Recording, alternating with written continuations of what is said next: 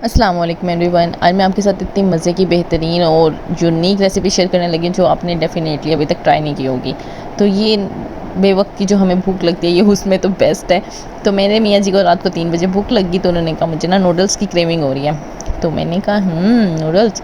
तो फिर मैंने कहा ओके इसको थोड़ा-सा ना हम डिफ़रेंट बनाते हैं ताकि नूडल्स तो बने मगर मज़े के बने और आपके साथ एक मज़े की रेसिपी शेयर कर सकूँ। तो मैंने सिंपली नूडल्स लिए 2 पैकेट दोनों के, मैंने उसको पानी ऐड किया ढेर सारा और उसमें ना मैंने ना थोड़े से मटर भी ऐड कर दिए और सिंपल हमने मसाले ऐड करके ना उसको रख देना पकने के लिए। यहाँ मैंने चिकन लिया था थोड़ा-सा और उसमें मैंने ना मटर ऐड किया। वैसे मुझे ऐड करनी थी शिमला मिर्च, वो थी नहीं तो मैंने ना मटरों से काम चला लिया। इतनी देर में हमारे नूडल भी पक गए, चिकन क्योंकि बहुत छोटी-मोटी हुई थी वो भी जल्दी-जल्दी से पक गया।